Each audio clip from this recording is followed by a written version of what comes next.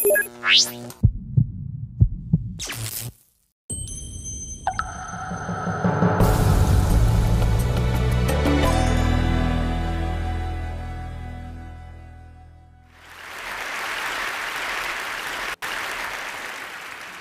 human voice. It's the instrument we all play. It's the most powerful sound in the world, probably. It's the only one that can start a war or say, I love you. And yet many people have the experience that when they speak, people don't listen to them. Why is that? How can we speak powerfully to make change in the world? What I'd like to suggest, there are a number of habits that we need to move away from. I've assembled for your pleasure here 7 deadly sins of speaking. I'm not pretending this is an exhaustive list, but these 7, I think, are pretty large. Habits that we can all fall into. First, gossip. Speaking ill of somebody who's not present. Not a nice habit, and we know perfectly well the person gossiping 5 minutes later will be gossiping about us. Second, judging. We know people who are like this in conversation, and it's very hard to listen to somebody if you know that you're being judged and found wanting at the same time. Third, negativity. You can fall into this. My mother, in the last years of her life, became very, very negative, and it's hard to listen. I remember one day I said to her, it's October the 1st today, and she said, I know, isn't it dreadful? It's hard to listen when somebody's that negative. And another form of negativity, complaining. Well, this is the national art of the UK. It's our national sport. We complain about the weather, about sport, about politics, about everything. But actually, complaining is viral misery. It's not spreading sunshine and lightness in the world. Excuses. We've all met this guy. Maybe we've all been this guy. Some people have a blame thrower. They just pass it on to everybody else and don't take responsibility for their actions. And again, hard to listen to somebody who's being like that. Penultimate, the 6th of the 7, embroidery, exaggeration. It demeans our language, actually, sometimes. For example, if I see something that really is awesome, what do I call it? And then, of course, this exaggeration becomes lying, out-and-out lying, and we don't want to listen to people we know are lying to us. And finally, dogmatism. The confusion of facts with opinions. When those two things get conflated, you're listening into the wind. You know, somebody is bombarding you with their opinions as if they were true. It's difficult to listen to that. So here they are, 7 deadly sins of speaking. These are things I think we need to avoid. But is there a positive way to think about this? Yes, there is. I'd like to suggest that there are 4 really powerful cornerstones, foundations, that we can stand on if we want our speech to be powerful and to make change in the world. Fortunately, these things spell a word. The word is hail, and it has a great definition as well. I'm not talking about the stuff that falls from the sky and hits you on the head. I'm talking about this definition, to greet or acclaim enthusiastically, which is, I think, how our words will be received if we stand on these 4 things. So what do they stand for? See if you can guess. The H, honesty, of course. Being true in what you say, being straight and clear. The A is authenticity, just being yourself. A friend of mine described it as standing in your own truth, which I think is a lovely way to put it. The I is integrity, being your word, actually doing what you say, and being somebody people can trust. And the L is love.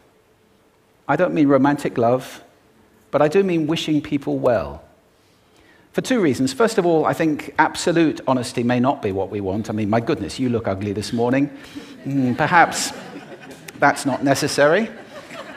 Tempered with love, of course, honesty is a great thing. But also, if you're really wishing somebody well, it's very hard to judge them at the same time. I'm not even sure you can do those 2 things simultaneously. So, hail. Also, now that's what you say, and it's like the old song, it is what you say, it's also the way that you say it. You have an amazing toolbox. This instrument is incredible, and yet this is a toolbox that very few people have ever opened. I'd like to have a little rummage in there with you now, and just pull a few tools out that you might like to take away and play with, which will increase the power of your speaking. Register, for example. Now, falsetto register may not be very useful most of the time, but there's a register in between. I'm not going to get very technical about this for any of you who are voice coaches.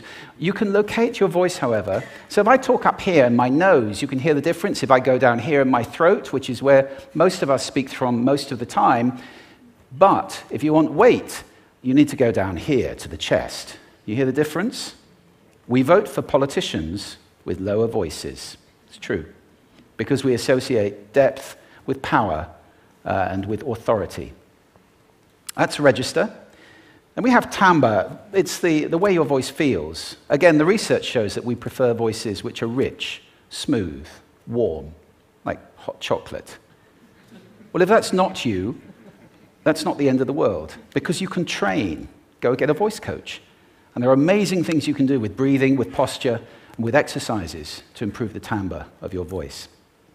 Then prosody. I love prosody. This is the sing-song, the meta-language that we use in order to impart meaning. It's route one for meaning in conversation. People who speak all on one note are really quite hard to listen to if they don't have any prosody at all.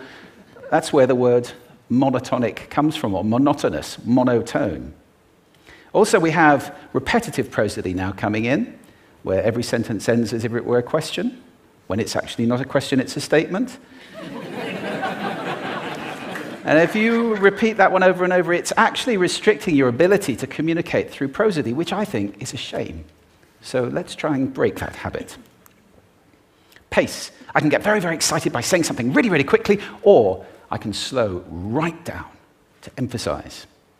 And at the end of that, of course, is our old friend, silence. There's nothing wrong with a bit of silence in a talk, is there? We don't have to fill it with ums and ahs. It can be very powerful. Of course, pitch often goes along with pace to indicate arousal, but you can do it just with pitch. Where did you leave my keys? Where did you leave my keys?